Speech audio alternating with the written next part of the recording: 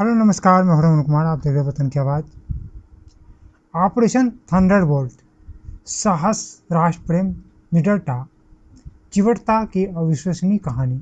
इसे मात्र 58 मिनट में अंजाम दिया गया। 27 जून 1976 की घटना है। इजराइल के व्यस्ततम शहर तेल अवीव से एक फ्रांसीसी यात्री विमान लगभग 248 लोगों को लेकर फ्रांस की राजधानी पेरिस जा रहा था। बीच में यूनान की राजधानी एथेंस में कुछ देर रुकने के बाद विमान ने जो ही आगे यात्रा की शुरू की तो ही 4 यात्री उठे, जिनमें से 2 फिलिस्तीनी और 2 जर्मन थे। उनमें से एक जो महिला थी, उसने अपने हाथों में छुपाए हुए ग्रेनेड को दिखाते हुए चेतावनी दी कि यदि किसी ने चू चप्पड़ किया तो पूरे विमान उड़ा दी। विमान को इन चारों ने हाईजैक कर लिया। धमकी के बल पर ये सभी विमान को मुड़वाकर अफ्रीकी देश लीबिया के शहर बेनगाजी ले गए। 7 घंटों तक वहां रुके। वहां उनके साथ कुछ और अपहरणकर्ता जुड़ गए। इससे इनकी कुल संख्या 7 हो गई और बेनगाजी से ये सभी विमान को लेकर पूर्वी अफ्रीकी देश युगांडा के एयरपोर्ट एंतेबे लेकर पहुंच गए। इस समय में युगांडा पर तानाशाह इदी अमीन का शासन था। इदी अमीन ने अपहरणकर्ताओं के साथ पूरा सहयोग किया। एंतेबे हवाई अड्डे की एक पुरानी इमारत में इन सभी विमान यात्रियों को बंधक बनाकर रखा गया। इनमें जो कुल 74 यहूदी थे तथा फ्रांसीसी विमान चालक दल के 12 सदस्य यानी 106 लोग शामिल थे। सभी को छोड़कर बाकी सभी यात्रियों को 2 दिन के भीतर रिहा कर दिया। अपहरणकर्ता ने इजराइल से मांग की कि उसकी जेल में जो 40 फिलिस्तीनी तथा 4 अन्य देशों के 13 अन्य फिलिस्तीनी कैद है, उन सबको रिहा किया जाए, अन्यथा वह सभी 106 बंधक को मार देंगे। इजराइल में आपातकालीन बैठक बुलाई गई। तब प्रधानमंत्री थे तिएजिक राबिन। इजराइल के युगांडा की दूरी तकरीबन 4000 किलोमीटर है। ऐसे में वहाँ जाकर अपने लोगों को छुड़ाकर लाने जैसा दुस्साहस दुनिया में शायद कोई देश कर सकता था। जबकि फ्रांस के यात्री विमान सहित फ्रांसीसी विमान चालक दल के 12 सदस्य भी इसमें शामिल थे, पर फ्रांस को कुछ भी ऐसा समझ नहीं आ रहा था कि क्या करें। अब 3 रास्ते बचे थे। सड़क मार्ग से केन्या होते हुए घुसा जाए, या समुद्री मार्ग से जाया जाए, अथवा हवाई मार्ग से ऑपरेशन को अंजाम दिया जाए। तय हुआ कि हवाई मार्ग से ऑपरेशन थंडरबोल्ट को अंजाम दिया जाएगा। इसके लिए इजराइल के सबसे बेहतरीन 100 कमांडो को चुना गया। ब्रिगेडियर जनरल डैम सामरन के मिशन का प्रमुख तथा लेफ्टिनेंट कर्नल योनाथन नेतान्याहू, जो वर्तमान प्रधानमंत्री बेंजामिन नेतान्याहू के बड़े भाई थे, उनको ऑपरेशन का इंचार्ज बनाया गया।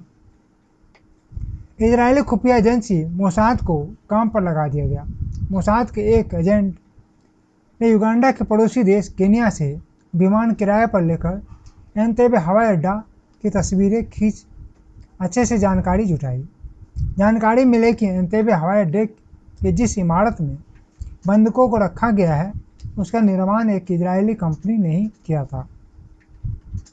फिर क्या था, उस कंपनी से पूरी इमारत के नक्शे को लिया गया, वैसे ही ढांचा तैयार किया गया। सभी कमांडो को रिहर्सल कराई गई। युगांडा के सैनिक व अपहरणकर्ता से कैसे निपटना है। इस दरमियान इजरायल सरकार ने अपने स्तर से ईदी अमीन से संपर्क कर रही थी।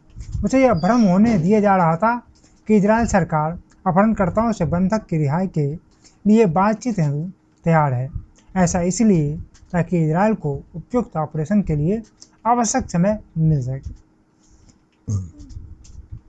इस बीच युगांडा का आश्वस्त तानाशाह ईदी अमीन अफ्रीकी एकता संगठन शिखर सम्मेलन में भाग लेने के लिए मॉरिशस की राजधानी पोर्ट लुई रवाना हो गया। अंततः इजरायल को समुचित समय मिला, यानी ईश्वर भी इजरायल की मदद कर रहे थे। 3 जुलाई को शाम में इजराइल के साइनाई एयरबेस से 4 हरक्यूलिस विमान महज 30 मीटर की ऊंचाई पर उड़ते हुए लाल सागर को पार कर गए।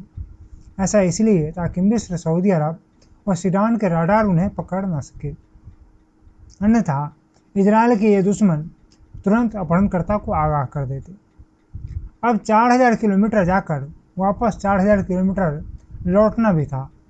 अंततः बीच आकाश में इन चारों विमानों में ईंधन भी भरा गया ताकि रास्ते में ईंधन की दिक्कत न हो। रास्ते में ही इजरायली कमांडोज ने युगांडा के सैनिकों की वर्दी पहन ली। हरक्यूलिस विमान को खाली ले जाया गया था ताकि वापसी में इसमें यात्री को लाया जा सके।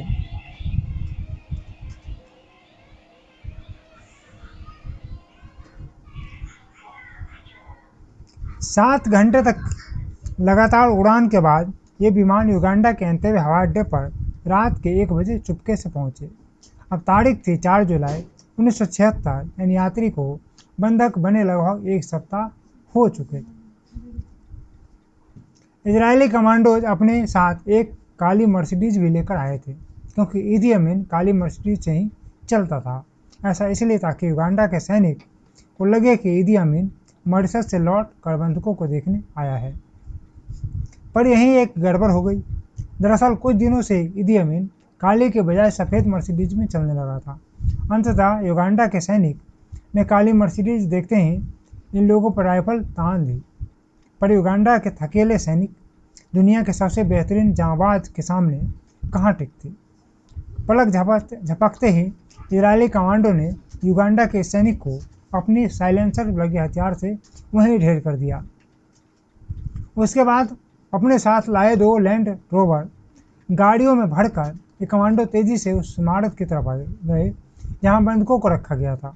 वहां पहुंचकर इन कमांडोज ने अंग्रेजी और हिब्रू भाषा में अपना परिचय बंधकों को देकर उन सभी को सुरक्षा बाढ़ते फर्श के सहारे लिटा दिया तथा उनसे पूछ लिया कि उस मुख्यालय के हॉल की तरफ बढ़े जिधर अपहरणकर्ता निश्चित होकर पड़े थे।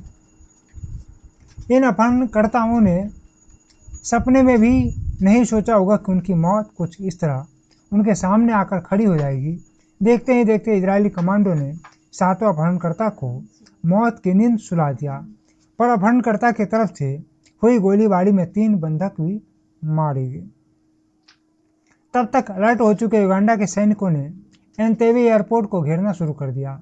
इसी दरमियान इजरायली कमांडो सभी यहूदी यात्रियों और फ्रांसीसी चालक दल के सदस्यों यानी कुल 102 लोगों को लेकर 4थे विमान में बैठाने लगे। उसी दौरान इजरायली ऑपरेशन के incharge lieutenant colonel Yonatan Netanyahu को सीने में गोली लग गई। जवाबी कार्रवाई में इजरायली कमांडो ने युगांडा के कम से कम 45 सैनिक को मौत के घाट उतार दिया। साथ ही एंतेबे हवाई अड्डे पर खड़े 11 मिग विमानों समेत युगांडा के कम से कम 30 विमानों को नष्ट कर दिया ताकि ये उनका पीछा न कर सके। महज 58 मिनट के इस लगभग असंभव ऑपरेशन को अंजाम देकर इजराइल के ये बेहतरीन कमांडो वापस लौटे। वापसी में घायल हो चुके लेफ्टिनेंट कर्नल योनाथन नेतन्याहू ने दम तोड़ दिया, जबकि 5 कमांडो जख्मी हुए थे। एक यहूदी बंधक डोरा ब्लॉक को वापस नहीं लाया जा सका क्योंकि उसे युगांडा की राजधानी कंपाला के मूल लागो अस्पताल में अचानक तबीयत बिगड़ने पर भर्ती कराया गया था। जब युगांडा का तानाशाह ईदी अमीन वापस आया तो उसने गुस्से में भरकर डोरा ब्लॉक की अस्पताल से बिस्तर से खींचकर हत्या कर दी। इस प्रकार अपने मात्र एक सैनिक, वर्तमान प्रधानमंत्री के भाई और 4 बंधकों को खोकर इजराइल ने वह असंभव सा कारनामा कर दिखाया था जो आज तक के मानव इतिहास में किसी की औकात नहीं है करने की। जब ऑपरेशन थंडरबोल्ट को अंजाम देकर ये जांबाज कमांडो वापस अपने देश इजराइल लौटे तो अपार जनसमूह उनके स्वागत के लिए पल के पावड़े बिछाए इंतजार कर रहे थे। जांबाज ने हिम्मत दिखाई तो ऊपर वाले ने भी कदम कदम पर इनका साथ दिया।